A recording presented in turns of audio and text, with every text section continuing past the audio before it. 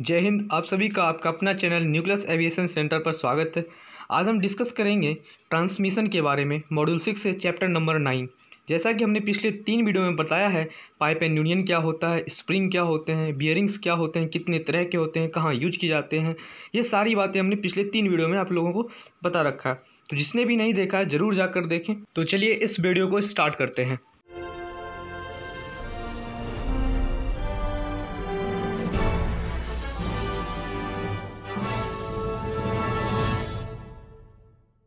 We already know that aviation need a huge support, so here I am doing my work। मैं यहाँ अपना काम कर रहा हूँ, आप लोगों को इसका दाम देनी है। दाम के रूप में आप लोग क्या कर सकते हैं, वीडियो को लाइक कीजिए, शेयर कीजिए, कमेंट कीजिए एंड चैनल को सब्सक्राइब कीजिए। ट्रांसमिशन, पहले हम लोग इंट्रोडक्शन पढ़ते हैं। The gear with input force is called drive gear and the other one is called driven gear. Effort arm is the diameter of the driven gear. Effort arm को हम लोग क्या कहते हैं, ड्रिवन गियर का diameter. Resistance arm is the diameter of the drive gear. जो drive gear होंगे उसके डाया को क्या कहेंगे, resistance arm. The two gear always turn in opposite direction with each other. If the bottom one is in clockwise then the top one will be in anti-clockwise. Now mechanical advantage. Mechanical advantage is the ratio between effort arm and resistance arm. Mechanical advantage की अगर हम बात करें तो क्या होता है, ratio होता है किसके बीच का, एफर्ट आर्म और रेसिस्टेंस आर्म का।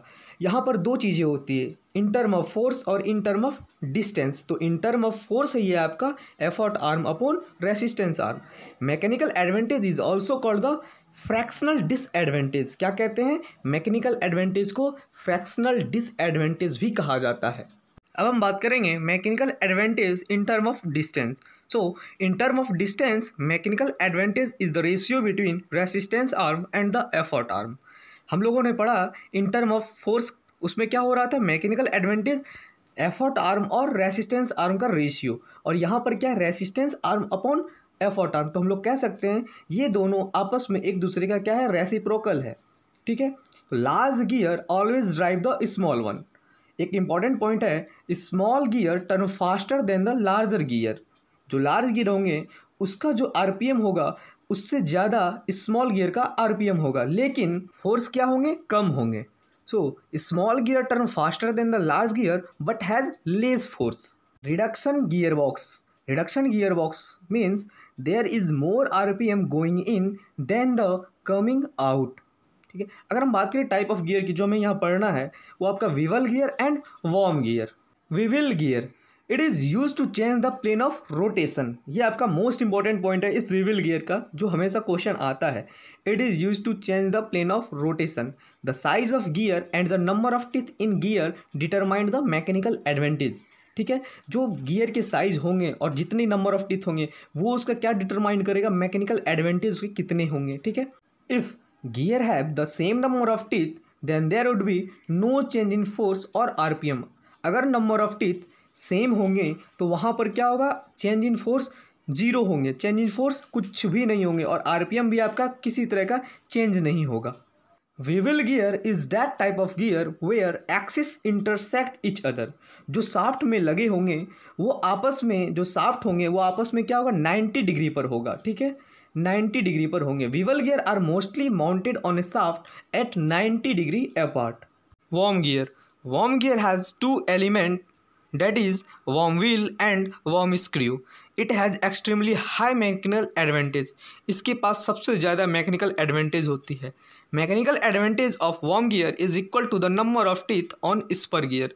सबसे बड़ा इंपॉर्टेंट पॉइंट है इस वर्म गियर का कि मैकेनिकल एडवांटेज इसके कितने होंगे, उसके बराबर होंगे जो नंबर ऑफ टीथ आपके स्पर गियर में लगे होंगे। One complete revolution of worm gear make the spur gear turn in amount of only 1 teeth of spur gear. Gear reduction, the ratio between the number of teeth on ring gear and the number of teeth on sun gear. ये ratio को हम लोग क्या कहते हैं, gear reduction. तो यहाँ से फॉर्मूला आ सकता है, gear reduction equal to number of teeth on ring gear upon number of teeth on sun gear. The speed ratio of two gear is the inverse of the gear ratio. जो speed ratio होंगे किसी दो gear के, उसका inverse क्या होगा, उसका gear ratio होगा। तो हम लोग इस पॉइंट से कह सकते हैं, जो हमारा पॉइंट है कि the speed ratio of two gear is the inverse of gear ratio, इससे हम लोग कह सकते हैं कि the ratio between teeth of pinion gear and teeth of spur gear is equal to the ratio between the speed of spur gear and the speed of pinion gear. अब हम बात करेंगे हमारा आज का जो लास्ट टॉपिक है, chain and sprocket. हम लोग पहले बात करेंगे क्या क्या ये कंसिस्ट करता है। तो chain consist outer and inner plate, जैसा कि आपको फिगर में दिख रहा होगा, inner plate and outer plate. और क्या क्या कंसिस्ट करता है, it consist roller, bearing pin and bushes, जो आपको अगला फिगर में आपको दिख रहा होगा, जहाँ पर बियरिंग के स्ट्रक्चर दिए हुए हैं। जो आपका स्ट्रक्चर में आपका क्या क्या है, बसेस है, नीडल है, रोलर है एंड पिन है। जो आपका बियरिंग के स्ट्रक्चर है, इंटरनल स्ट्रक्चर जो आपको बताया गया है क्या क्या है। सबसे ऊपर आपका क्या है, बसेस है, फिर आपका सिलेंड्रिकल शेप में क्या है, आपका नीडल है, फिर आपका रोलर लगे हुए हैं नीचे, फिर आपका जो बाहर से पिन लगे होते हैं उसको हम लोग क्या कहते हैं, बियरिंग पिन कहते हैं। वो आपका साइड में लगे हुए हैं, दोनों साइड आपके लगे होते हैं। तो आपको फिगर में दिख रहा होगा। Belt and pulley, belt and pulley are use to transmit the movement या power in place of cables. ठीक है, belt and pulley use only friction to transmit the power from input to output shaft. Thank you for watching my video. Your support is my strength. And if you like my video, then don't forget to subscribe my channel and share my video. Thank you.